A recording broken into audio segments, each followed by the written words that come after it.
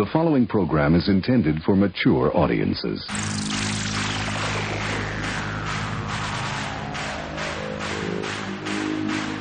PBS, America's #1 independent television network, presents the following sports exclusive. You're listening to Basically a Sports Show. Follow us on Twitter at Basically Sports. Subscribe to our podcast on iTunes. And check out every episode of the show at basicallysports.tumblr.com. Now here's your hosts, Zach, Greg, Mike. And you're listening to Basically a Sports Show. The absolute worst! There are two types of jerseys here. There are fashion jerseys that we all saw like 15 years ago when they first did this shit. Yeah. Or if they're not those, they're just grayed out versions of the regular uniforms. Right. Pittsburgh did a yellow jersey, didn't they? And the Giants did a red one, and the Dolphins had done orange. Yeah. Hell, the Buccaneers even did pewter at one point. Yeah, they did. I thought that Bucs jersey looked familiar. I think the Giants jersey looks just like an Alabama jersey, so save yourself the trouble. If you're an Alabama fan and a Giants fan, you're covered already. You're good to go. I don't know. I just, I think in the last time they made fashion jerseys, I'm pretty sure they made a Red Titans one, too. They did, yeah. Yeah, so it's just like, I don't know. I just think Nike's. I don't know why you'd want any of those. I think Nike's out of ideas, guys. I really do. I think that they are scraping the absolute bottom of the barrel. We can't come up with anything else to do. We saw that with last year's NBA alternate jerseys, and it's going to get worse this year in the NBA because there's going to be like 75 new jerseys. Yeah. I mean, again, at least these are just fashion jerseys, and really the only people that are going to buy them are the people that think they're, quote, lit. So I'm not too worried. They should be lit on fire. Yeah. But yeah, they're not. There's always fashion jerseys. Like but why would you want one of those? Why would you want one? If you're somebody, it's not the people. It's not aimed at us. I know that. You know, that's the thing. But it's aimed at people that just want something that's, that will buy anything that's team merch, and because it's a different color, they're like, hey, whoa, cool. Yeah. Okay. I just, to me, if I'm going to spend, and I'm sure these are probably what, $80, $90 a piece. Oh, sure. If I'm going to spend that kind of money, I want one that looks like what they wear on the field. I don't want this. Yeah. Or I want a cool throwback, but I'm not wasting my money on a freaking gray Bengals jersey with white side panels, black numbers. Or come on. That's awful. Yeah. The only fashion jersey I've ever owned is one that I currently own now. It's my Angels jersey. Because I had one of the red ones, the regular red alternates. Right. But two things. One, it eventually stopped fitting me. And two, the hat I wear is the throwback 80s blue cap and then the bold A with the thick halo. Yeah. And it always bothered me that like the hat and jersey didn't match up. And then I was in the team store one day and there's a red pullover, like one of those, it's like a generic looking pullover jersey. And on the upper left chest, I guess, is the same exact logo on a red jersey. And I was like, it's pretty cool. It's pretty simple. And it's not like, it's literally nothing they've ever worn before, but it's something that I would wear just to games. So I have it. Hey, why not? Yeah. There's nothing wrong with a fashion jersey per se. It's just that when there's just too many of them, or I don't know. Who am I to say there's too many of them? There are as many as the market will bear, I suppose. So I wouldn't buy any of these. I'm looking at the Packers jersey thinking that's just ugly. Didn't the Saints do like a gold jersey too at one point? Yeah, they have. Yeah. Yeah. They wore that one on the field once, actually. Yeah, that's what I thought. Yeah. Again, these have all been done at some point or another. That's why it's like I don't understand why. Did Nike actually make a press release about this, or is this something that the mothership just noticed on the team store and said, "Hey, there's a post about it"?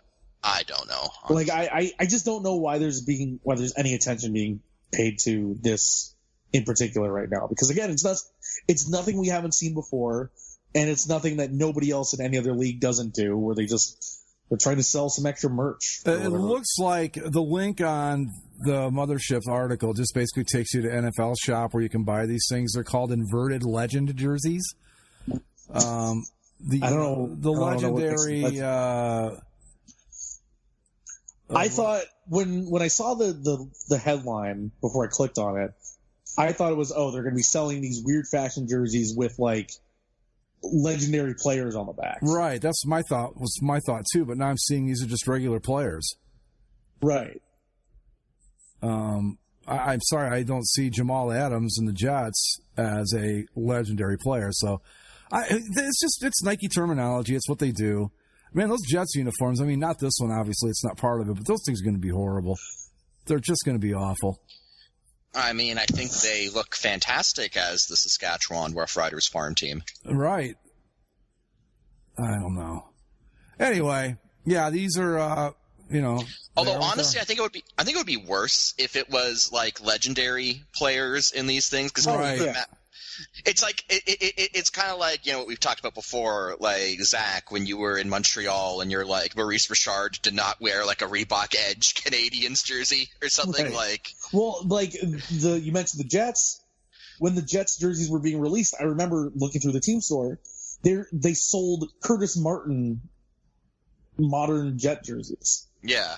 Like you show up at a Jets game with the new jersey with Namath or Martin or any of the famous Jets in the past on the back, and you need to be beaten with a stick. I'm sorry. That's just wrong. But yeah, come on out, excuse me, and get your brand new bright yellow Mean Joe Green Pittsburgh Steelers jersey. But yeah, let me just do a quick count here. 1, 2, 3, 4, 5, 6, 7, 8, 9, 10. 10 of the 19 jerseys here are gray. Who are we missing from team? What teams are we missing here? The Rams aren't on there right now. Chargers aren't. Yeah. Well, I think with some of those, and that's why you get a lot of these gray ones. Like with the Rams, okay, you want to do a blue jersey? Well, they have that. Okay, well, let's do a gold jersey. Well, that's the Color Rush jersey. Okay, what other colors do the Rams have? They don't have any. So what are you gonna do? Gray. But, yeah, and that's why those other teams did that. Like the Chargers, same thing. There's a navy blue, there's a powder blue, I guess you could do a yellow one. A yellow Chargers jersey would be gross. With what, like a powder blue bolt? No, that would look so bad. Oh, it really that would look so bad. It really would, yeah. Yeah, we're not going to buy them. My only concern is that these things become alts at some point, and I'm not going to say they won't because you never know. But it doesn't look like that's the plan at this point. But yeah, no, the Saints actually wore those gray, those gold jerseys. Yeah, once. that's what I thought. Here, enjoy being reminded that this happened. Yeah, the gold jerseys with the black pants is not a good look. I don't get the Saints at all. When they go with just their straight up normal uniform, it's one of the best looks in the league. And it's just like they simply refuse to wear it. We're either going to go mono black or white over black, and I just don't understand it. I don't. I mean, Greg, they need to look tight and lit and fire. Well, with me, I get it. They're not marketing any of this stuff to me anymore. It took me about 2 years to figure that out, but none of this stuff's aimed at me. What I would be troubled by if I were Nike or Adidas or Reebok or whomever is that you guys are being targeted by this stuff and you don't like it either. That would concern me if I was them. I don't even think they're targeting to Zach and I anymore, to be perfectly honest. You don't? No, they're targeting to like teenagers. Yeah, well, probably. Yeah, see, that's the thing. Teenagers, early 20s. Yeah, we caused this, us being the CCSLC community, and then they don't even have the common fucking decency to at least let us reap some of the benefits from it. Nope. You think we did this? I think we did all of this, yeah. I think that we started it. Not us, like us three in particular, but yeah. I think UniWatch was there a little bit, and then when Creamer came along and the forums took off, and you got to remember, how many members do we have? 25, 30,000? You know?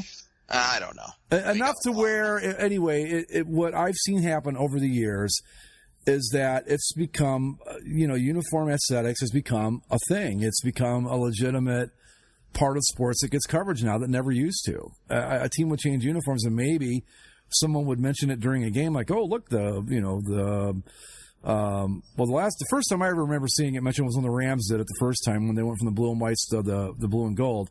But other than that, you might see a little blurb in a newspaper, like when the Browns made that 1 year change in '84.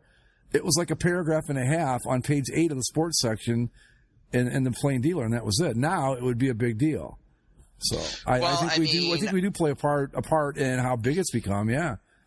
I think there is something to that to a degree because, like, teams have kind of stopped doing this in particular, but do you guys remember when teams would unveil a new uniform and they would take, like, the most cropped, like, pictures of stripes and then they'd post, like, the teasers on Twitter or something? Yeah. Like, who was that for? Who was that aimed at? Like, it was aimed to a degree at people like us. Absolutely. Yeah. I believe that I think we played a significant role in it because no one ever thought that there were people out there that were as into this stuff as we are. And I'm not saying that they aim at that all the changes and stuff. I'm just saying that we were the ones that they kind of looked at it and went, hey, there are people that actually care about this stuff. So I think part of it too was I saw a post that you made, Mike, in one of the threads. I don't remember where you talked about the advent of marketing the base.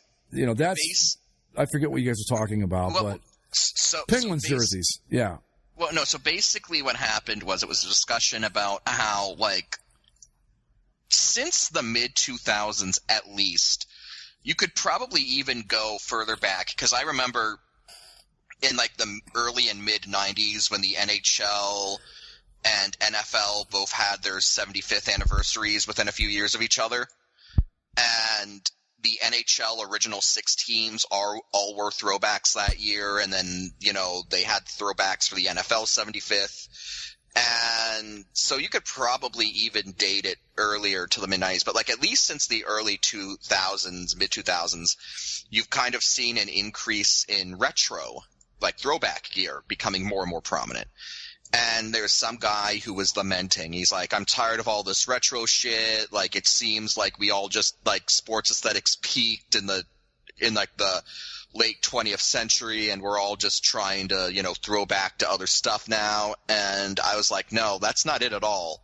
Like, you look at what happened, specifically in the mid to late 90s, right? And it's only gotten, more prominent since then was marketing. Like up until then, teams would sell like hats and shirts and maybe a few other knickknacks, and you really only could get a jersey if you knew like the special suppliers that you could get jerseys from. And it was usually like a local shop somewhere. Right. Like, it wasn't, or like you had to order it from a catalog. Like, you couldn't just go down to the mall and find a store that sold sports jerseys. Like it was, you had to kind of work for it to even get it. I remember there was one place in the 80s. It was called Merle Harmon's Fanfare. It was a chain of stores. I don't think it even lasted. But my first Browns jersey as an adult that I ever bought was at Merle Harmon's. And I walked in, it was a blank Browns jersey, and they would iron on the numbers for you right there. Mm-hmm. So I'm sure the numbers weren't quite right, but that's how you did it. Yeah, you couldn't walk into like a place like Dick's or somewhere where they're hanging on a rack, and you could And so what I think happened was when teams realized that revenue could be generated through merchandise in like the mid to late 90s, because that's when you see like the alternate jerseys pop up. The NHL, especially, was infamous for those first crop of alternate jerseys. You had, like, the Wild Wing and the Burger King and the Pooh Bear, and you had, like, that weird red gradient Canucks jersey, right? And so that sort of kicked off a trend whereby, like, teams realize it's like, oh, hey, not only can we sell our primary identities, not only can we merchandise the hell out of it, get them into as many stores as possible, but why only have a home and road jersey to sell? We could make an alternate, and then we could sell 3. And then once you do that, it's like, well, why settle at 3? Why not 4? It's like, well, do we do a second alternate? Well, maybe, but what if we go with a throwback? Because you don't have to you don't have to pay someone to design it. You don't have to put in like the market research and you don't have to have like the committee meetings to design it. You just pick an old identity and you produce it. And because it's kind of got that nostalgic kind of cachet to it, people will like it. And so I think that's why, retro gear took off in the early 2000s and why it's only gotten more prominent. It's not because, we peaked aesthetically, because I don't think the 90s would be peak anything except peak ugly. Right. But I think what happened was in like the mid 90s, going into the late 90s, teams realized and leagues realized like merchandise can be a legitimately big revenue stream. Right. And you capitalize on that by making more jerseys to sell. And retro gear is a super easy way to augment that because, again, you don't need to design it. You don't need to pay someone to come up with a design. You don't need to focus group test it. You just pick an old look from some point in your history and you throw back to it. It's super easy to put together and you can sell it and people will be like, oh, yeah, that's kind of cool. And so it's no – like the whole thing has nothing to do with anything. There's no deep like philosophical reason why retro gear, peaked when it did. It's purely marketing. It's just teams and leagues going like, how can we get more product? Well, throwback gear is an easy product. Oh yeah, you're never going to go broke playing to nostalgia. Never. You're just never going to. You take a show like Stranger Things on Netflix. And one of the big things about – I've never even watched an episode of it, but I know enough about it to know that one of the things that people love about it is that it's so – everything's so, dead on to what it was like in the 80s. And they love the nostalgic retro aspect to it. That's one of the big things about it that people like. But, yeah, you're never going to go broke selling nostalgia. We saw it I've been around long enough. I saw it when the 50s became a big thing. In the 70s. Happy Days. Yeah, Happy Days. Happy Days became big in the 70s, right? Right. And it was nostalgic for the 50s. Right, and then it just goes on and on and on and on. So, yeah, you're right. So you've got no marketing you have to do. No design work has to go into it. You go, hey, let's just throw back to whatever. Like, go through, like, you really just have to open up your team's website, like, history page, and go through some old photographs and be like, hey, why don't we just do that one, right? Yeah. Like, although... Zach, you and we need to put together the 90s version of Stranger Things. Let's do it. I'm sure it'll come in 5 years. Well, but even I'm surprised that they chose the 80s for Stranger Things because it seems like everything is 90s nostalgia. Yeah, it kind of seems like 80s, like the 80s stuff peaked like 5 years ago. Yeah, but I don't think the 90s don't seem that long ago to me. Well, right, because you lived them. Well, so did you guys, didn't you? They don't seem that long to us either. But when we're getting all these things, it's like, hey, it's the 20th anniversary of The Matrix. I'm sure Mike and I can look at each other and be like, holy shit. No. Wow, I'm thinking that really 20 years? Like 20 years in the like 20 years ago for The Matrix makes me feel like fucking decrepit. I'm not gonna lie. Right. That was 1999. Yeah, we were worried about Y2K and Prince was making songs and Will Smith. How old were you guys? How old were you guys in 1999? I was 12. I was 9. Okay, wow, man, I am so much older than you guys. I was 30.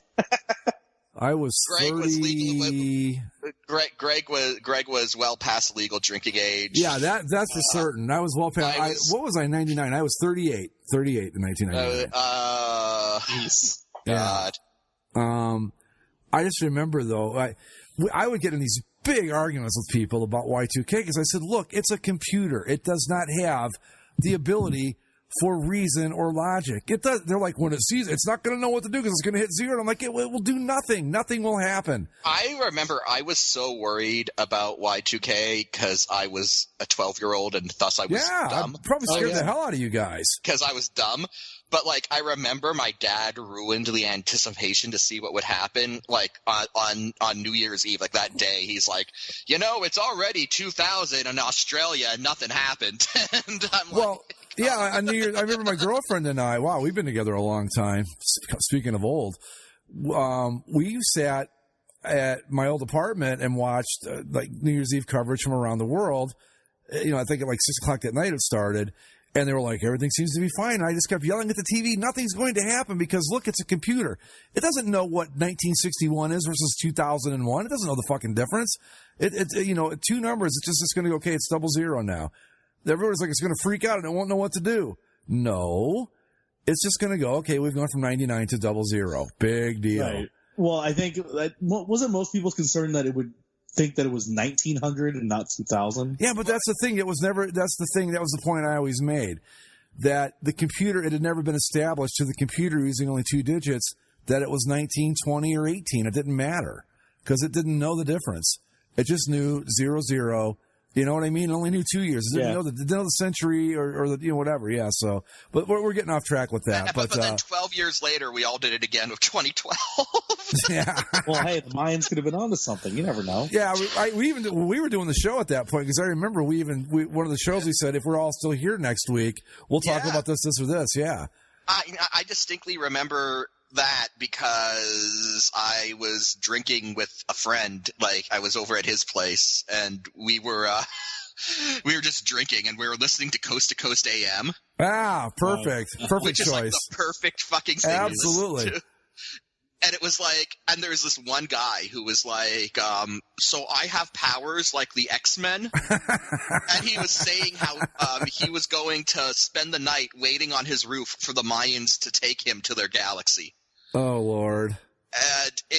And it was hilarious because, like, when December 21st came and went and nothing crazy happened, like, I flipped on the History Channel and it was nothing but Pawn Stars, like, for hours. It's like, they ran out of programming. Well, fuck. What do we do now? Yeah, they had a here's what we do if something happens. Here's Pawn Stars if we don't. Yeah. Type of deal. Yeah. Wow, I forgot about that Mayan thing. That was funny. But you know what? Now, I'm going to be honest about this. I was never concerned about it. There was always that tiny little bit of like, well, what if they're right? Yeah. You know what I mean? Yeah. Well, the thing about it is, right, is like there are still people who practice like the Mayan religion to this day in Mexico. And they went and interviewed them and they were basically like, God damn it, white people. Like they were like, all it means is that the calendar turns over to like another epoch or something. Right. It was never supposed to be the end of the world or anything. And it was basically like, y'all just misunderstood this and you fucking ruined it. Yeah. Yeah. But yes, that's the world we live in, folks. Oh God! Like, but I just found that hilarious. Like in 2012, it's like, didn't we like back then? I was like, didn't we like do this 12 years ago with Y2K? And it's what was it? 1984. Everybody was, and I thought it was a book. It was a work of fiction. Like, what's going to happen in 1984? And we're like, nothing. You know? Have you guys seen Parks and Rec? I have. Yes, I have not. There's an episode where they deal with this one guy that's a conspiracy theorist that thinks the world's going to end, and he always comes in like every couple months and is like, hey, by the way, the world's going to end on Tuesday, and they're like, yeah, and then nothing happens, of course, and he comes in, he's like, oh, you know what, I actually misread it, it's actually in 5 months. Right. And that's what these things do. It's oh, you know what, not quite, calculations were a little off, it'll happen in 2022. It's like those fucking disgusting TV preachers that do that shit and bleed all these poor saps for so much money. I can't think of the guy's name now. There was one guy that got in trouble during 2012. I remember. But and then they always come back when nothing happens. They always come back with, "Well, I misread the signs from God." I remember there was a bit where. I want to say it was a bit earlier than 2012. I want to say it was like 2011 or some shit. Like some random cult said that the world was going to end in like the middle of October of that year. I remember this. And like it came and went and nothing happened. But what was really, what happened coincidentally was like 2 days before that date hit, Randy Savage died. And then so the joke was that, Randy Savage goes up to heaven. He's like, no apocalypse today, Jesus. Macho Man. We're not gonna have. I can't do his voice, You're but gonna have an apocalypse. no apocalypse today. Yeah. He was great. What was his girlfriend's name? Miss Elizabeth. Miss Elizabeth, yes. Yeah. Macho Man Randy Savage. Yeah. But yeah, you know, it's always good for. Wow, we are all over the place here. Hey, that's all right. What are we going to talk about? Baseball? Yeah, no. I mean, we could. I have a question. Okay. Have either of you been to a no-hitter? You have? I have. Yes. No. I will say this, that to do a tribute to Tyler Skaggs, I don't know if it could have gone any better. Oh, my God. It was... I mean, could it have been more perfect? Did you think of anything that would have made it any better than that? The only thing is if they didn't walk that one guy in the fifth inning. Yeah, well... It's a perfect game. But, you know, otherwise, no. The whole game was just so emotional and perfect. I'll ever be to another game that has everything in it like that one did. It was an incredible tribute to what baseball is at its most romantic. Yeah, that's what I was going to say. I couldn't find the words because I wanted to tweet something about it. I just ended up going, what a great tribute, Bob, you know, because being the wordsmith that I am, that was the best I could do. But I, you know, in my heart, it was like, this is what makes, you know, it's stuff like this that makes me love the game so much, is when things like this happen. You know, and baseball is the only sport I think where this can happen. But I just thought it was like a perfect tribute to this guy.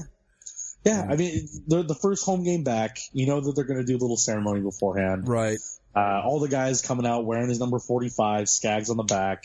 His mom comes out, throws a dime of a first pitch. Yeah. You know, oh, man, she dropped that thing right in there, didn't she? Well, yeah. Well, she's a softball coach at the high school he went to. Oh, okay. So she knows how to throw, but like, you know, even the best of throwers when they get on the mound, like she threw it from the mound. She didn't go halfway.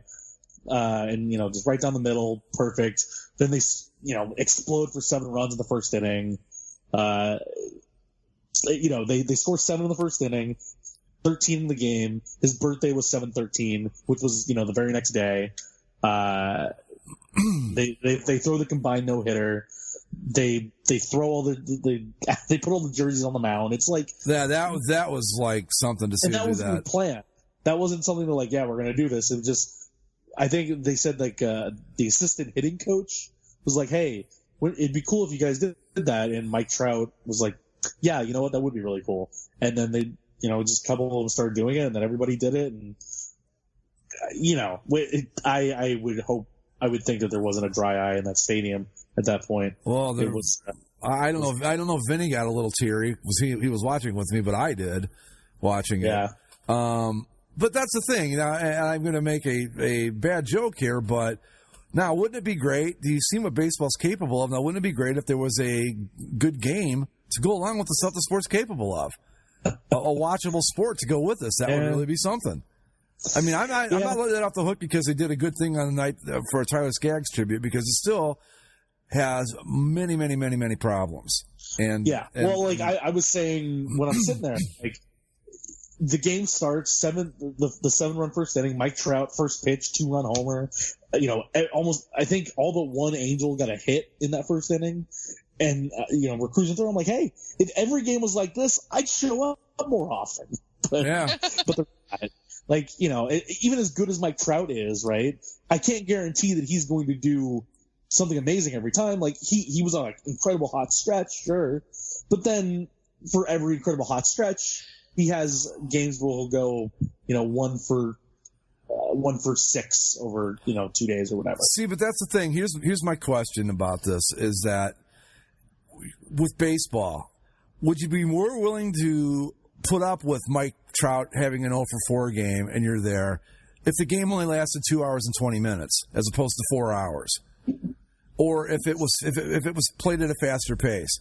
See, that's my argument. I think that, you know, we talked last week on the Ask Us Anything show that we were going to try to save baseball this week. I guess that's where we are now.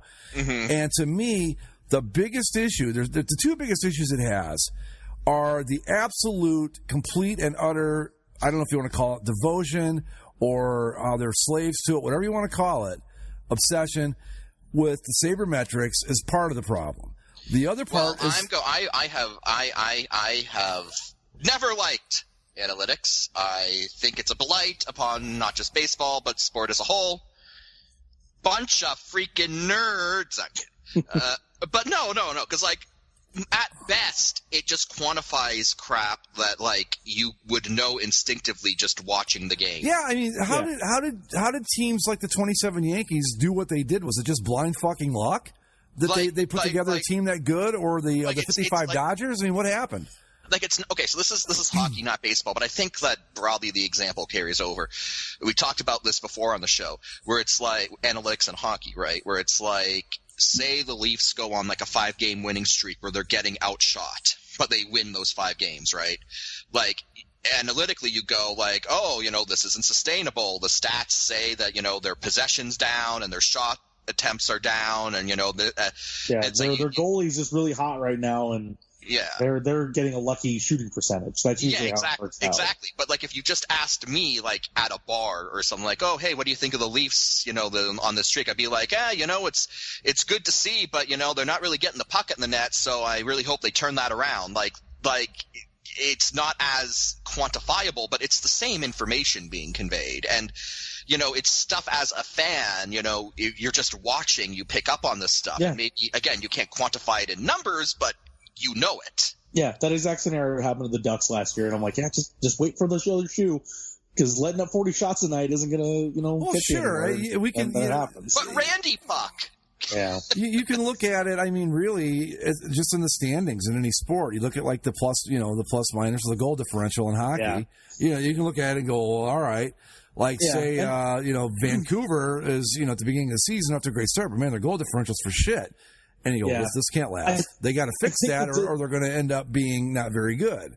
The difference, I think, though, is while numbers are kind of getting play in every sport, I don't think numbers or devotion to the numbers has affected baseball more than it has anything else. Like in hockey, you could talk about the number of shot attempts, but it's not like every team's going out there just throwing every puck they can at the net now. Well, the Hurricanes are, but right. The Hurricanes running Greg's patented mayhem offense, just shoot it all the time. But the difference between hockey and baseball is the hockey player still has to skate around the entirety of the rink. Mm-hmm. And with baseball, you can, for the most part, they've been able to quantify players down to numbers and factors that they can put into their spreadsheet and fill out the game. Like they'll go to the free agency market, like, wow, we need a guy that gets this amount of batting average in this situation and puts him out of this amount of balls in play, et cetera, and then they go through and it's just like, he works. You pull him off the rack and plug him into the system and hope it works. Whatever happened to just scouting, just going, just watching a dude play? I mean, those still exist. Like there is still extensive scouting systems, but when it comes to how the game gets played out, like it's all based on numbers and probability. Where it's a simulation. It might have been like gut feeling. Well, that's the thing. And how do you? I was watching a game last night. It was the Dodgers Red Sox. Oh, Jesus! Yeah. Not as bad as Yankees Red Sox. No. I like the Dodgers, so I was in. I'm like, I would love to watch the Dodgers beat the Red Sox, which they did. Took them like 13 innings to do it, but they did 12 innings. Jesus. 12 innings. Yeah. I think the game ended about 20 minutes ago. But anyway, I watched, and one of the Dodgers players pulls a card out of his pocket for his defensive assignment, and I thought, this is the problem. And it's just, and I don't know how you fix that. I mean, you can't tell teams you can't use statistics because that's like I said last week, it's a cultural problem, right? Like a lot of baseball's problems. The reason why it's so hard to fix is because it's not. I do think a few rule changes would help. Like I think a pitching clock would help. Absolutely. I think like so you can do stuff like pitching clock, like that's going to speed the game up to a degree. Yeah. And obviously that's the secondary problem that I think Greg was going to get to, right? Yeah. Was the pace. The pace.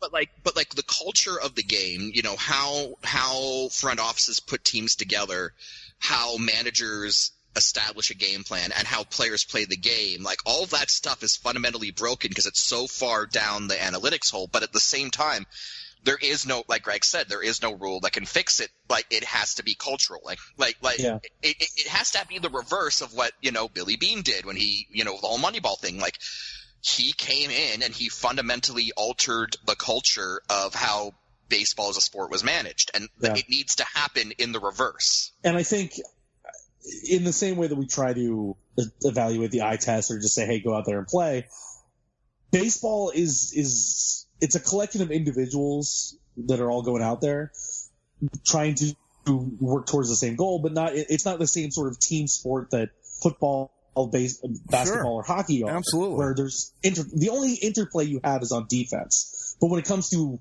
like, you can't score runs on defense the same way that you can in football, or you can't transition from defense to offense like you can in basketball. Yeah, there's not a shorthanded goal or a shorthanded run in baseball. Like there's like you can be really, when you're on the penalty kill, you're in a defensive situation, right? But you can still score.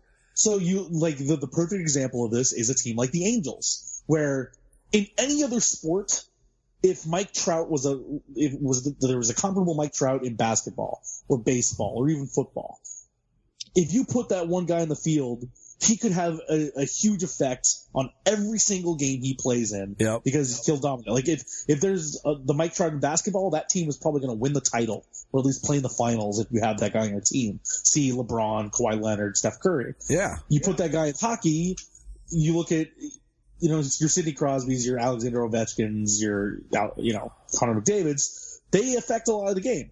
But when it comes to baseball, Mike Trout can go 3 for 3 with 3 home runs, and throw 2 guys out of the plate in a game, and the Angels can still lose 4-3. Yep. Every single game because the pitcher didn't do his job, or the shortstop fucked up, or this or that or whatever. And so you have to, while single impressive talents like a Mike Trout or a Bryce Harper, or even Manny Machado, go on down the line, the majority of a baseball team, or the majority of baseball games, are decided by the other plugs you put into the equation. But by the same token, though, having a guy like a Trout or a Machado or a Harper, it gives you an distinct advantage over a team that doesn't have those guys. Yeah, because Mike Trout can also hit 3 home runs and throw 2 guys out, and you win that game easily because he did that. But the problem is that like you said, you can't rely on it every game, which is it's the way baseball works. And like Trout, a comparable player to Trout in basketball is like LeBron or Kawhi Leonard or Steph Curry or somebody. You win or lose, you're going to get 25, 30 points and all that. With Mike Trout, you're not so sure. But that's beside the point. The thing with baseball, and I think that I'm not even so sure that the analytics have ruined it as much as the pace of the game. I think the analytics have played a big role in it, though, because you've got, especially on the hitting side, players that are so freaking one-dimensional. They are very good at one thing, and that's all they. So, like you said, Zach, they go out and they say, we need a guy that does this, and we'll plug him into this spot. We need a guy that does this, we'll plug him in over here, and it's taken away. It's just like there's no guy like a Rod Carew who will come up. Okay, you've got me shifted to the right. I'm going to drop a single into left. There's nothing you can do about it. They don't play like that anymore. Some guys are starting to do it. You're starting to see it happen a little bit. Maybe we're starting to see it swing back the other way. But until then, it's just, the shift. We know where this guy's going to hit the ball 90% of the time, and 90% of the time they're right. So I don't know what you do about that. That's what I mean when we say we want to fix it. Well, how do you fix that? Because the statistics, you can't take them out of it, and you can't make rules against them. So how do you solve it? Because that's what it's going to be. I mean, and you can't blame a team for going, okay, this is the easiest way for us to win is to do this. And then they do it and they win. So what are you supposed to do? Do you see what am I making any sense? Well, yeah, I think part of the issue when it comes to getting people to pay attention to is, I guess that getting people to pay attention to baseball is kind of illustrated by what I was pointing out, where like, yes, you can have Mike Trout, but he could have a bad day or, only hit once in his 3 at-bats or, whatever. And it's hard to market the rest of the players in the league because they're interchangeable plugs, right? Yeah. Like there's tons of guys that can all do the same job, and they're just kind of filtered throughout the league. Like there are some guys that are on a different team every single year because they're useful at this one thing, and they kind of get passed around, and it is what it is. And it seems like we're too far down that rabbit hole in baseball. Like, yeah, there's small changes, but it still feels like the majority of the league has figured out that this is the way that they can, maintain profit, where they can do just fine enough and fix it. Like, we don't have teams that are, once the Pirates broke that streak and now the Astros are winning, I guess the Orioles are kind of the opposite right now, but like, you don't have teams that are just bad anymore, The Orioles are. Right, besides the Orioles, I guess. Marlins. But I don't think they're quite as bad as we think they are. I mean, they're not good, don't get me wrong, but I don't know. The Orioles are like, we made fun of them last year, like they were going to lose 140 games, and I think they might be worse this year. They're terrible. Yeah, but for the most part, all these teams can fight, like, somehow, despite my misgivings about the Angels, they're 5 games out of a wild card spot right now. I'm watching the Dodgers and Phillies on ESPN right now, and I forget who said it. 70 Sports guy, the guy we like on Twitter, who actually we can get to be on the show if we want. So if you guys are interested in that, we can bring him on. Where he said that basically baseball is now just guys sitting around with their thumbs up their asses waiting to hit a home run. Well, that's, Clayton Kershaw's pitching tonight for the Dodgers. He's a pretty good pitcher. I don't think anybody's going to argue that point. Some guy named Scott Kingery just hit a home run off him. Well, I'm looking at his stats for the year. And I can't find him here. Hold on a second. But I wanted to see if he's one of those guys that hits like 220 but hits home runs, Yeah. And that's all he does. The home runs, like he's got a lot of home runs, and because that's what he's good at. He's going to strike out, I don't know, 60% of the time, maybe ground out, 20, but the other 20 he's going to hit a home run. And it's that kind of thing. And I think I can almost live with that if you could just make the pace of the game pick up a little bit. But that, to me, that's my biggest issue with it. To fix it, first and foremost, you've got to make it flow better.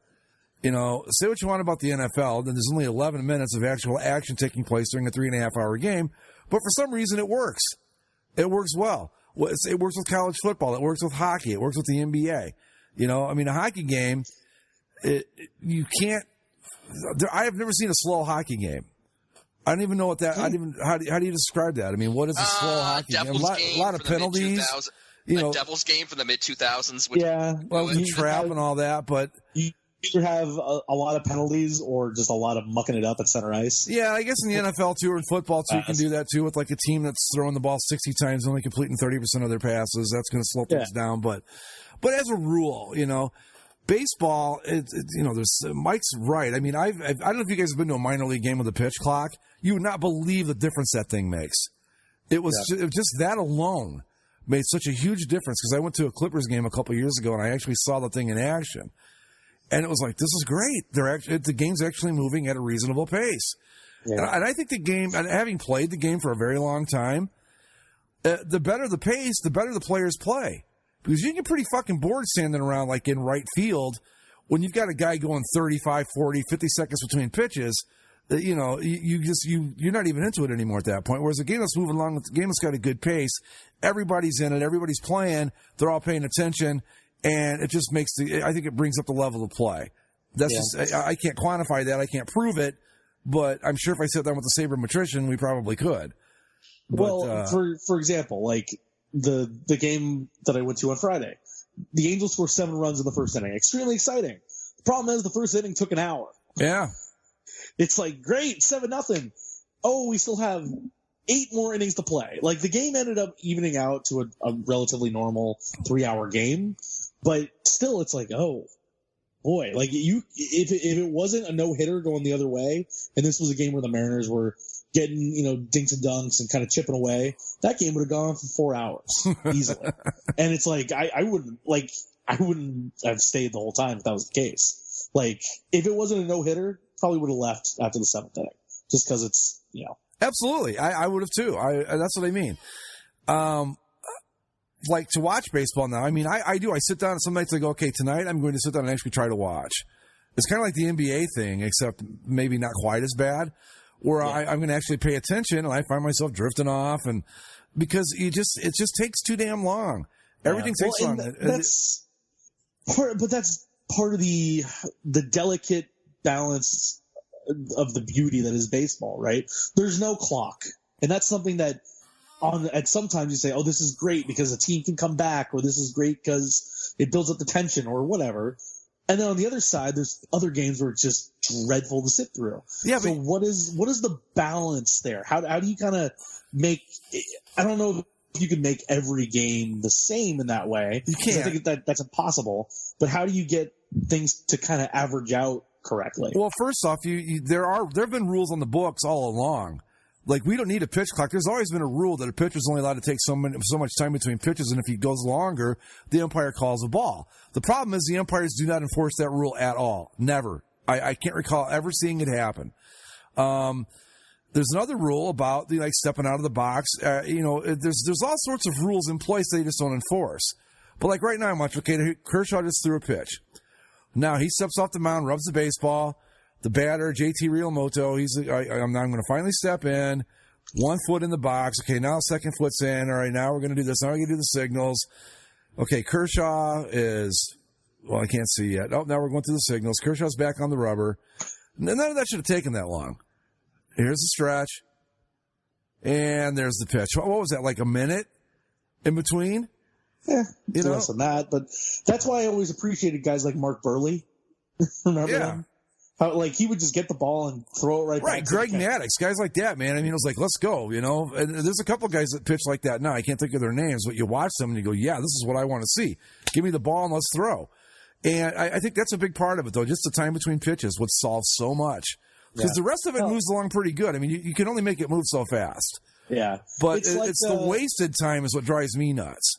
We're all video game players, right? Yep. I hate playing baseball video games. I used to like them, but now that I don't have the same amount of time as I did as a kid, I hate playing because, like a hockey game, you change it to 5-minute periods, Yep. And you relatively fast. A baseball game takes as long as a baseball game's going to take. If you want to play a full game, I know they have you just sim 3 innings ahead or whatever, but if you want to sit down and play a baseball video game, you're going to sit there for 4 hours and like it. No, I know. I play MLB The Show, and I mean, you can get through a game, like a long game is 45 minutes, I mean, again, maybe it's changed, but I just remember as a kid when you would play these baseball games, I played it differently where I would swing at fucking everything because I had no time to sit around and wait. That's the thing, though. The power swing button, let's hit home runs and get out of here. But that's the thing, though, with the show is that they have set up the algorithms now where you perform better if you wait and choose the right pitch and all that stuff. Now, you can turn that shit off, but there are guys out there that no, you want to hit well, you've got to wait for the right pitch and be patient and all that. It's if I wanted to do that, I'd watch TV. I want to play. I want to have fun. I don't want to sit here and I don't want to try to figure out how to hit a curveball. I just want to, swing the bat, have the ball go somewhere, and let's have some fun. But to me, I think the big thing to save the game is to pick up the pace. That would do wonders, just wonders for the game. The pitch clock, and I've seen it in action, would do wonders. Get these batters in the box, and once you're in, man. You can step 1 foot out until the pitcher's ready to go, and you best be back in there because he's throwing whether you're there or not. And that would cut down so much time. Just those two things alone would solve a lot of it for me. But all this dilly-dallying and shit is just ridiculous. Kershaw right now, he's got his glove off, he's adjusting his belt. The poor left fielder's looking into the stands going, somebody please shoot me. It's ridiculous. I don't know how outfielders don't lose their minds. That's what I'm saying. At least if you're in the infield, you can talk to people. Right. If you're the left fielder, what are you doing? You're You're standing in the middle of just a grassy field with nobody to interact with. Yeah.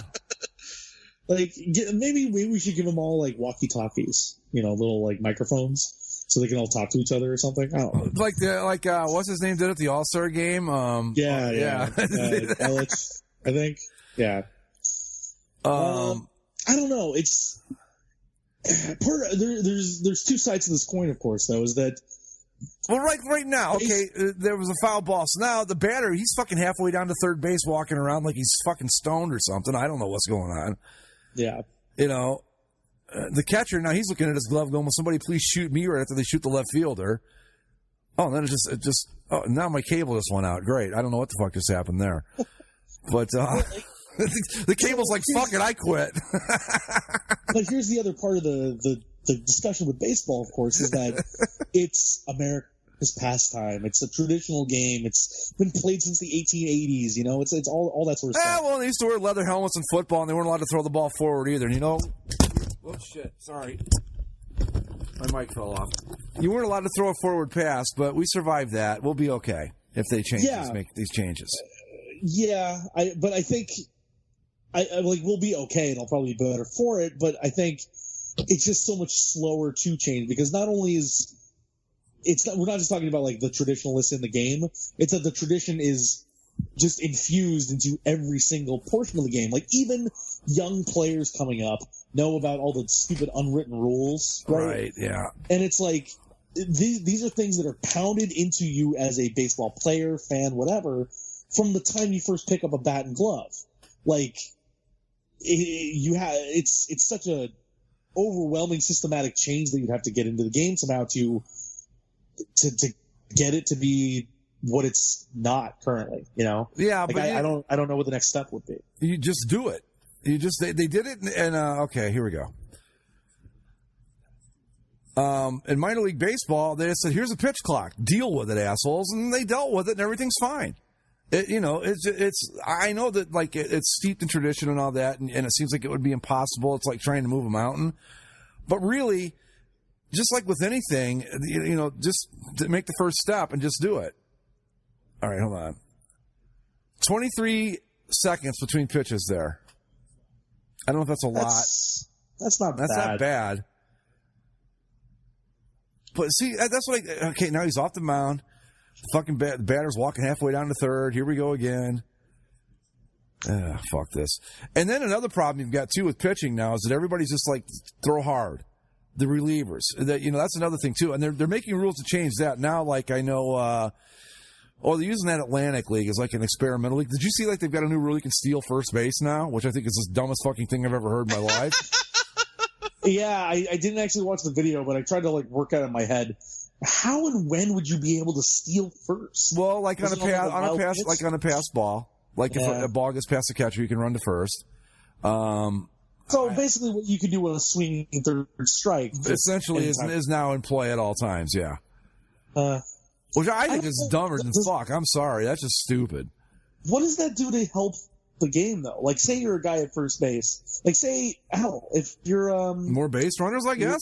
Right, but let's say you're Mike Trout at the plate, right? Would you rather Mike Trout hit a double, triple, or home run, or just let him run to first base? I would rather see him hit, and that's my point.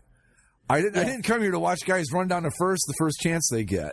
That right. Sounds like something some stupid softball league would do, or I don't know. No, it just doesn't make any sense because you're essentially taking the bat out of the player's hands. Like if he chooses to run, then he takes away his option. Like, yeah, sure, you're on base, but some of the other rules that they've instituted are a pitch clock. A relief pitcher has to face at least 3 batters or the end of an inning before you can replace them, which is good. There's a lot of other stuff that they're trying to come up with because I don't think that the game itself is unaware of these problems. It's not like they're like the NFL. At times seems like they're just completely oblivious to the shit that's going on around them, like the domestic abuse and all that stuff. At least baseball seems to be aware that there is a problem, and maybe they're moving a little slower than I would like to fix it, but at least they're trying to address it at the lower levels to see what works and what doesn't. So there's that, I guess. But on a grander scale, you're cutting down. You might be able to get the games quicker by, 20 minutes at most, maybe. Oh, I think you'd cut a whole lot more time off than that if you made these guys moving along. Okay, we still have to deal with the actual gameplay, the shifts and the the slow play that happens when there's no limit to the amount of times you can throw it at first base, right? I think they're limiting that too. So, but see, if you put a limit on that, then if you're a runner at first base, all you got to do is make sure the pitcher wastes his 3 throwovers or whatever, and then you took advantage of that, and then that's I know. And I saw they were. I'm like that. That was the first thing I thought too. It's like we just wait till he throws his third time, then you go, or you walk halfway to second. You know, I mean, there's nothing. So I don't know if that's going to work. But the point is, they are making efforts. They're trying to find ways to speed up the game, because I think that, to me at least, that's the biggest issue that the game has. The sabermetric stuff, I don't know if that's going to be cyclical, if that will work its way out. Like Mike said, it might be a generational thing. But I don't know. You know, does a team, like let's say you take the team that's built like the Sabre team of today. Does a team of guys that like all hit 270 and, you know, hit between 10 and 30 home runs a year, are they better than the Sabre team? I don't know. You know, like well-rounded ball players that can hit the all fields and aren't just power hitters or whatever. I mean, I don't know. Is there a quantifiable difference between the two? I'm sure they've run the simulation and can tell you. Well, right. What I find enraging about all of this is that the fucking A's didn't even have the dignity to win a goddamn World Series. Nope. Did they even go to the ALCS? No. Well, I think didn't they make it once to the ALCS? I can't. Whatever the case, they always ran into the Yankees, and then the Yankees just demolished them with all the high-priced talent they bought. Yeah. So. Yeah. I think a salary cap would do wonders. Not maybe a cap necessarily, but a salary floor, like a minimum. Like, okay, you don't have to put a cap on it, but you've got to stop teams from like the Marlins and the Orioles and these teams that are just like fucking tanking on purpose. Everybody knows that they're not spending any money. I don't think the Marlins are tanking on purpose. I think it's just Derek Jeter's not good. Well, yeah, well, they used to, but you know what I'm saying. Yeah. But yeah, you know, a salary minimum I think should be a thing too, because that's as big a problem as the Yankees and the Red Sox and the Dodgers and, you know, the big market well, not big market teams, but the big money teams have all the money, you know, that's, you know, so you got to find a way to combat that. You know, like a team like I think the Royals cashed it in this year, and they're fucking terrible because they won't spend any money. You know, you got to find a way to get around that too. And here's something it's crazy to think that the Royals even won a World Series not that long ago. And they did they did it like old school too. If you remember, they weren't. See, I was excited for that Royals World Series because I thought like, okay, this is going to swing it back the other way, but it didn't. Yep. Yeah, like it just ignored it. I mean, they were like the '85 Royals all over again. It was like these guys are just playing ball. They beat you up playing, you know, small ball. Yeah. And, you know. Forcing the issue, like stealing bases, you know, and just doing all the shit. On the radar. Yeah. They don't really make any waves. But, I don't know if this Dodgers team is all Sabre or not. All I know is they're really fucking good. Well, they should have won either of the last 2 World Series, but they chose not to. Yeah, I don't know what you do about that, because this team seems to be the best of the bunch, because you've had some guys come on that you weren't expecting, like Max Muncy, who, you know, had a pretty good start last year, but he's turned into a really great player. And Bellinger is, you know, having an MVP season, and, you know, they've got talent top to bottom. But anyway. So here's my other grand scheme question about baseball, though. Like, okay. The problem generally that baseball has in terms of its popularity is kind of similar to what the NHL has, is where I think the NHL has less of a problem with this than baseball does, but people don't care nationally about baseball. Mm-hmm. Like you follow your team, but like when it comes to like Sunday Night Baseball, I remember, you know, even when I was in high school, like Sunday Night Baseball was a big deal. And, you know, when the Angels got picked to finally be on, it's like, okay, we're in a big game this week because we're on TV and people are going to watch. But now I don't know who's on Sunday Night Baseball every week, and I don't think anybody really cares. Well, you know why? Go ahead. People follow their local team, and then when it comes to following countrywide or league-wide storylines, people just don't care. Like, you saw the ratings for the All-Star game. Nobody cared. Well, we've talked about why the All-Star game is meaningless. Yeah, but you want to know what's going to be enraging in a few months? Like, nobody cares about the All-Star game, and nor should they. But the Pro Bowl is going to do like 10 times its rating, and it's going to be sad. Right, Yeah. but because that's football, where even if you're like, I'm a Rams fan, you're a Charger fan, you're a Browns fan. Like, yeah, we care about our teams a lot, but we also care a whole hell of a lot about what's going on in Baltimore, in Houston, in Indianapolis. Well, yeah, but there's a reason. For, the thing with that though is that the football season every week. I mean, there's 16 games.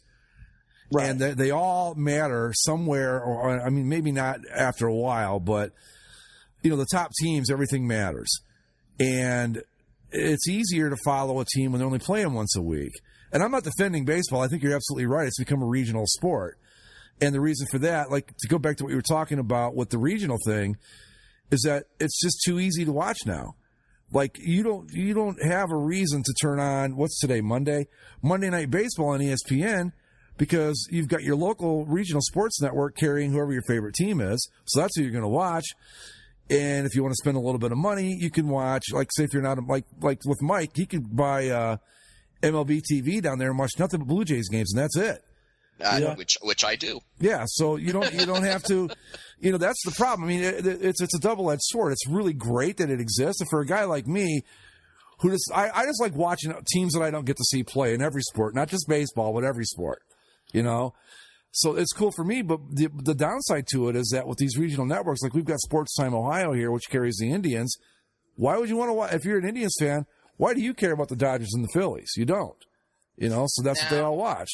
Back, before all this, before the regional networks and all that, and before like almost every game was televised. I think every game is televised now. I don't even mean that though. Like I remember Baseball Tonight still being a big deal. Like I wanted to see all the highlights from the day. I wanted to see what was going on. And now it's like Baseball Tonight exists in a diminished form once a week. Yeah, it's no longer every day. It's no longer an hour. Well, that's like a half hour before Sunday Night Baseball, and that's it. Yeah, but that's an internet thing too. That's because you can go to Twitter, you can go to the websites or whatever. I mean, highlight shows as a whole have suffered. Yeah, you could tailor your highlights to just to what you want to see.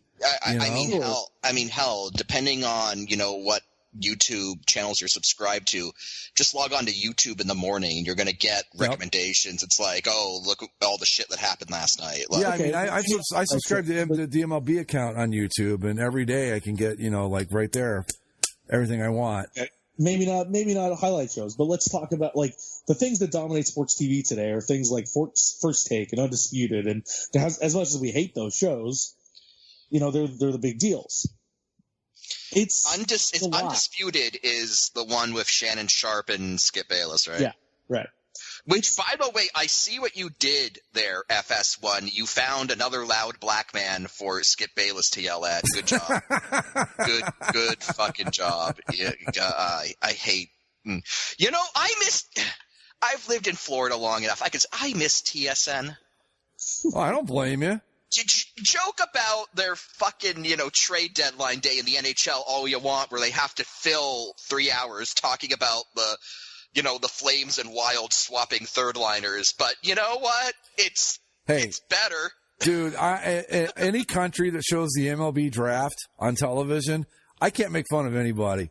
I'm sorry, but if you're showing the MLB draft, you can't be turning around and like throwing shade at the TSN draft day show. Sorry, that just doesn't work. I don't know. Like I miss TSN, guys. Like can't you pick it up on like some rogue feed somewhere or something? I could, yeah, but effort. Well, it's not even effort for me. It worries me about those things is like I'm afraid I'm going to get some sort of weird virus or like the deep web's going to find out shit about me or something. I don't know. So that's why I stay away from that stuff. But I'm sorry, Zach. Go ahead. Anyway, point is, with those shows, it's July, middle of July. Yeah. We're after the All-Star break, baseball season. This is when you start paying attention to what's going on. What do you think they're talking about? NBA free agency in the NFL. NBA free agency, NBA trades, and today I'm sure the biggest topic on all these shows, because it was the biggest thing I saw on Twitter all day, was Madden ratings. The ratings for all the Madden players came out today. So all the football players are talking about their ratings in the game.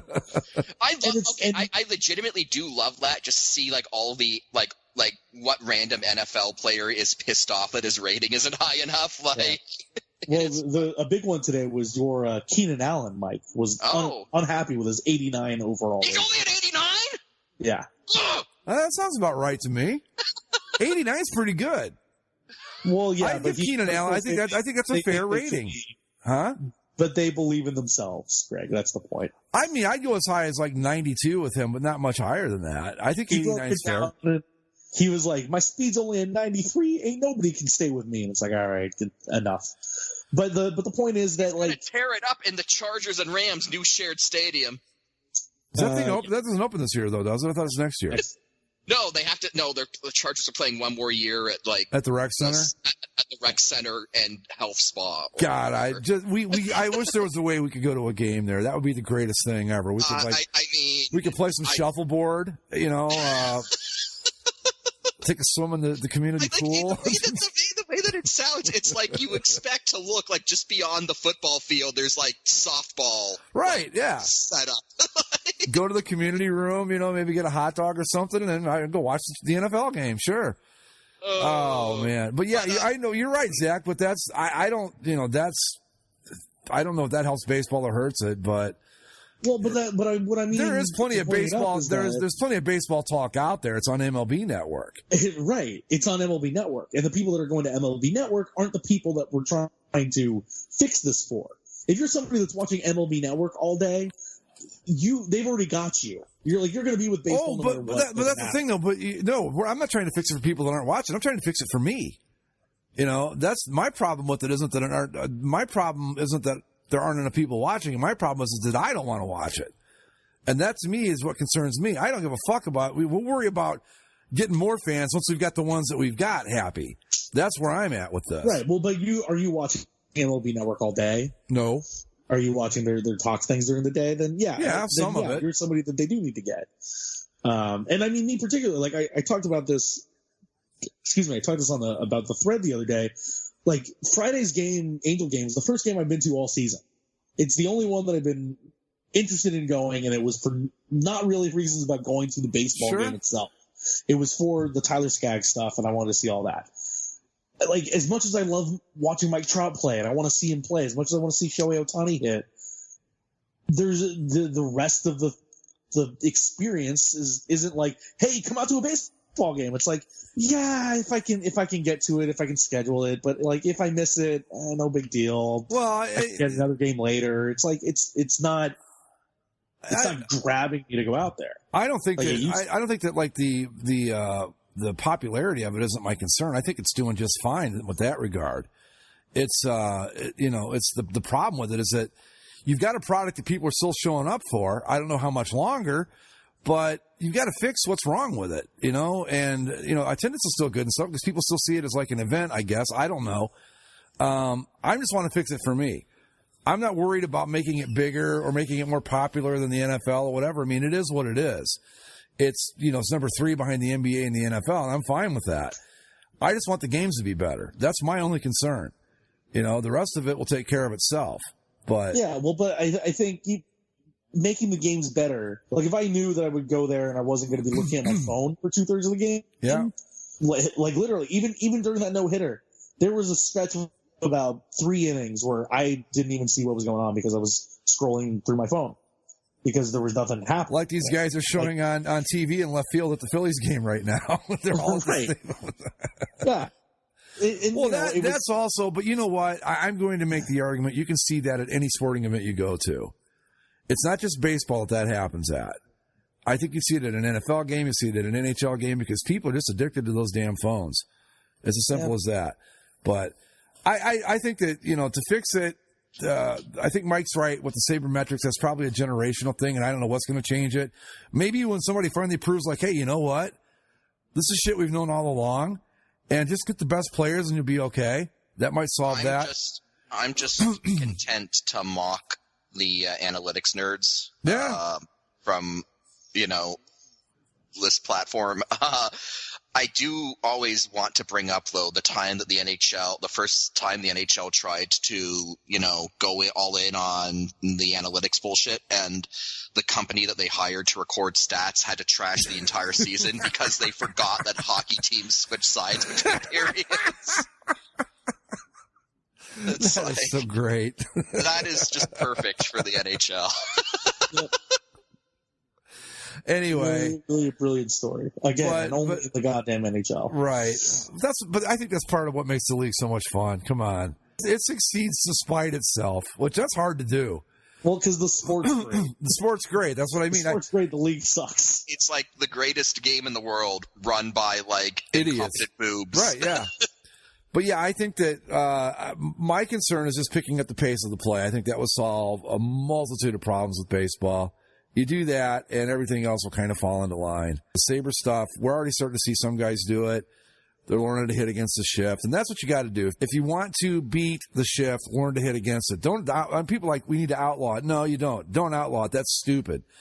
Just have guys go, look, I'm going to hit it the other way. I'm not going to lie. I wouldn't cry if it was outlawed, just like I wouldn't cry if the trap was outlawed in hockey. Right. But, but I think, the trap. It was kind of funny with the trap. Again, while I was at the game, there was one batter where they were all the way over to the right, and then the very next batter, they all ran all the way over to the left. Yeah. It's just like, why even bother having lefties and righties if it's just going to... I mean, you want to talk about, let's just switch over sports, but, sticking within the analytics discussion. Basketball, all right?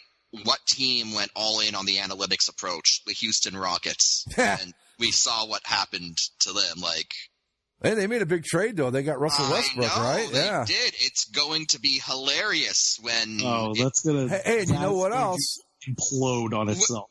When James Harden...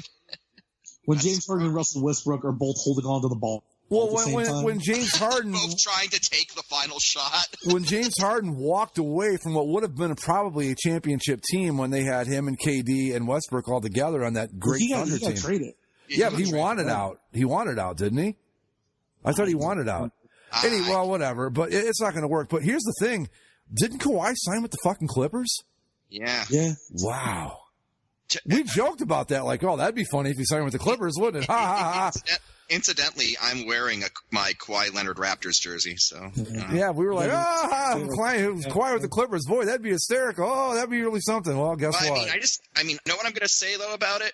First of all, to Kawhi, just again, the fact that, he obviously never wanted to go to Toronto, but, he made the most of it and he did everything he could to help them win. And I'm always going to be grateful for that. So I'm not feeling bitter about it. Like I said, I'm wearing my Kawhi Leonard Raptors jersey. I'm not going to burn it or anything like that. I saw one video of a guy hanging it from his rafters in his home. Was it the guy who gave him a cactus? No, it was he put it on a hanger and put it over his balcony, like next to his stairs, and pulled it up to the song. It must have been Love, but it's over now. Who did that song? But the point I wanted to make with all that is that all that being said, it is the Clippers, so I expect Kawhi Leonard's leg to explode the day before the playoffs. No, you know what's going to happen, Mike. Traded for Paul George, so they actually have a halfway decent team. Mike, what's going to happen to Kawhi Leonard is that he's going to run into Odell Beckham Jr. at an airport. They're going to fall down an escalator. Kawhi Leonard's leg's going to explode, and then the Clippers will blow a 3-1 series lead to like the Jazz or something in the second round, and that. But because when was the last time the Clippers had like high expectations? They blew that 3-1 lead to the Rockets, right? Just a few years ago, and they had Blake Griffin and DeAndre Jordan and Chris Paul and It's like Clippers gonna like look. I wish Kawhi the best, but at the same time, the Clippers may very well be cursed. So we'll see. Yeah. I'm surprised he went there. I'm kind of, but then I'm kind of not. Part of me thought, like, I just don't see him being number 2 guy to LeBron. I just don't see it. I mean, I know he's not he's not like a Westbrook character where he's got to be number 1. And, he's not very vocal about it, but I also didn't see him being like the sidekick guy either. So, And I don't know, what do the Clippers have besides him now? I mean, they're going to be... Well, they traded for Paul George. Oh, okay, right. And then they have Patrick Beverly.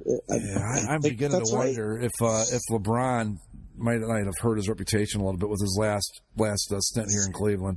Well, I think his thing with not wanting to go to the Lakers was he had said at some point that he didn't want to be part of a super team, but then people were like, well, no, it's the Lakers, and he can...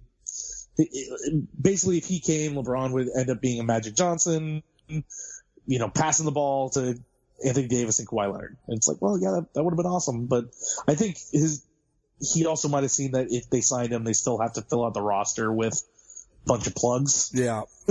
Which is still kind of what they have to do. Actually, though, I tell you what, though, with Anthony Davis putting LeBron in like that Magic role and then getting a couple you don't have to get like superstars, get a couple of good players, that could be a fun team to watch, man. Yeah, I think the Lakers are still going to be very good. They'll make the playoffs this year, but could they be in contention? I guess they could, but the West is ridiculous between the Clippers, Lakers, Warriors, Rockets, and you can even throw a pesky team like Utah or Portland in there that can mess up for somebody. Denver. Yeah, what about the Nets, guys? Yeah. And then the East is... Well, here's why. Yeah, they are the also-rans, but who are the world champions right now? The team that lost their best player. Well, I'm just saying. I mean, the East, we can't immediately write it off. Of course, now the two best players in the East are in the West. You had, LeBron left and went to the Lakers. Now Kawhi left. I mean, you got the, I don't know, but the Nets have Kyrie and KD when he comes back. KD. Oh, is that Kyrie Irving went to the Nets? Yeah. Oh, I didn't know that. Kyrie Irving and Kevin Durant went to the Nets, but of course, who knows when Kevin Durant even plays? It's going to be it'll be out this year for sure. The entire season. Yeah. Boy, that'll be a fun team though when he comes back. If he's assuming he's still the same. I mean, remember when we were talking? We were talking during that series, and we were talking about whether he was going to play in that game or not. And I said he should sit it out so he doesn't get hurt as Script was free agency, and he didn't. He should have listened to me. Well, I mean, he still got a pretty big deal with the Nets, so yeah, he was going to leave no matter what. But I mean, just the Knicks, always the best plans. They've always got the greatest plans. I mean, you look at it and you go, boy, if they could pull that off, that'd really be something. Back in February, they were going to trade for Anthony Davis. They were going to get the number 1 overall pick for Zion Williams. They were going to sign Kevin Durant. Mm-hmm. It was going to be a glorious resurgence of New York basketball. Yeah. And there is a New York team on the rise. It's just not them. Right. I think I saw one of those videos on YouTube where it's like fans react to NBA free agency, and the Knicks guy is like, "Why am I a Knicks fan?" Well, if you really look back at it historically, that team's been relevant twice. When they won the championship in 70 and 73, and then when they went to the finals that time against the Rockets. Yeah, when they had Patrick Ewing. And other than that, what the fuck have they done? I mean, why do they get all this attention other than the fact that they're in New York and they used to have pretty cool uniforms? They're in New York. They play Madison Square Garden. Yeah, like the Knicks are one of those teams where it's like they should be a bigger deal. Like it seems like they should be a big deal, but then they aren't. And, yeah, it's funny because every NBA player will tell you that playing in Madison Square Garden is a big deal. It's the mecca of basketball. Yeah, except none of them want to do it full time. Right. They love going there to play, but they don't. None of them on the Knicks. Who is it? Is it James Dolan still owns that team?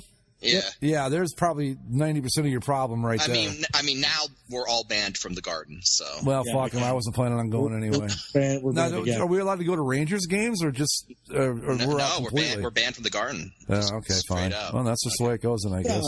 I think Ranger games are fine. We'll just have to wait and see. Well, anyway, guys, we're closing on 90 minutes here, so we got anything else we want to get to real quick before we wrap it up? Spider-Man Far From Home, really good. Go see it. Best mid-credit sequence in the history of the Marvel Cinematic Universe. All right. Easily, yeah. You know what else, boys? We're about, a week away from NFL training camps opening? And my Cleveland Browns are actually like being talked about as a Super Bowl contender by people that aren't insane. I mean, maybe they're a little bit insane, but not entirely. Can't believe it. Look. Last season, we talked about it last year. They made big strides. They were in the hunt graphic. I know. They were in the hunt, but like they were in the if like 8,000 things that are impossible actually happen, they could get in. That's pretty good for them. They were in the mathematically alive. Yeah. And hey, just look at that division. They have a shot. I mean, no, yeah, that is the thing. The biggest thing helping the Browns right now is that everyone else in their division is probably going to be dog shit. Yeah, but you've still got to get past the New England Patriots, and there's the Kansas City Chiefs lurking out there. If you're the Browns, you don't care about that. That's true. Hey, you know what? I'll be happy. Give me the playoffs at this point. Give me 9 wins. I'm happy. Like, win the playoff, get into the playoffs, win a game, and then beat the Houston Texans on Saturday morning. in the annual Texans Bowl. Right. Yeah. The Texas Ohio Bowl. I think we have to wear Bengals uniforms if we play in that game, though. Even though it's the Browns, they still have to show up as the Bengals, right? It's a team from Ohio with orange helmets. It'll be close fine. enough, right? Exactly. Nobody will know. Well, yeah, so that'll be fun. Zach's Rams going to have to be a Super Bowl favorite going into the season, I think. Yeah. I mean, I legit had a dream where the Patriots won again. So, well, if they do, it's hardly like you're some sort of prophet or anything. Well, I'm just saying. Greg, I'm not saying a word. Not a word. Have another. I think it's finally over. No.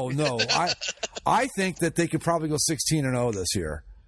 So now we're going the reverse. I'm not. I don't know what to make of it. Here's what I think. The only thing that's going to stop them is injury. That's it. Other than that, they're going to be just fine. I don't even know if that does it. Yeah. Well, we lived through the Matt Castle era. That's true. Tom Brady is fueled by mineral water and antitoxins. Well, isn't Jacoby Brissett his backup too? Yeah. No, Jacoby Brissett's in Indy. Oh, that's right. Who's Brady's backup now? I don't know. I was going to say Garoppolo. If Brissett was still there, I'd say even if Brady got hurt, they'd still be in pretty good shape. No, let's see. God damn it, NFL! Where I just want to click the teams. Fucking websites, man, they're all piss me off. Patriots depth chart from the team official. What does it say? Your backup quarterback is Brian Hoyer. Yeah, I'm not feeling so good about that. He's not bad, but I'd feel better with Brissett. Much better. I mean, it doesn't matter. Again, Tom Brady has the TB12 lifestyle. So I'll tell you what, man. I think it's kind of a shame that some team Jackson. Who did Jacksonville get to play quarterback for them?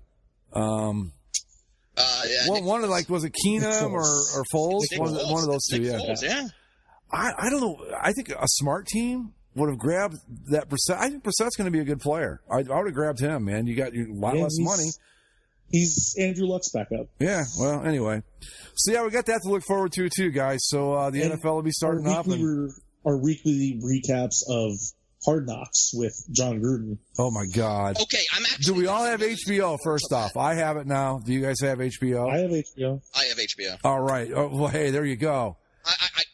Okay, I'm legitimately looking forward to that because, Tom Gruden Hard Knocks, John Gruden Hard Knocks sounds like the greatest thing. I'll tell you what, man. These Raiders, they're gonna win the Super Bowl. I'll tell you. I can't wait to see. I'll tell you what, man. Hey, we may not have any first round picks, but that's fine. We don't need them. I'll probably trade our best player, but we'll be okay. You've got grit and jam. And they've got Peterman too. They've got Natty P. Lord. Natty P. All right, anyway. If it's not a Natty P segment in this show, there has to be, right? It's like weekly updates with Natty P. There has to be. They always focus on this one guy that's at the edge of the roster. That they don't focus on Derek Carr. They're not going to talk to him. No, they're going to talk to Natty P. the other guys. Yeah, the guys that aren't going to make the team. All right, guys. Before we call it quits, one more reminder that this exists. Oh, no. $350. Oh, boy. All right, guys. So lots of stuff to look forward to. Drink water and don't eat strawberries, kids. There you go. Lots of good stuff coming down the pike here on Basically a Sports Show. We'll do more of it next week. Kiss your parents on the mouth. Oh, right, exactly. Can't leave that out. Follow us on Twitter at Basically Sports. Subscribe via iTunes, Stitcher, Spreaker, and YouTube. And I think that's everything. Thanks for listening. We will see you all again next week. Later.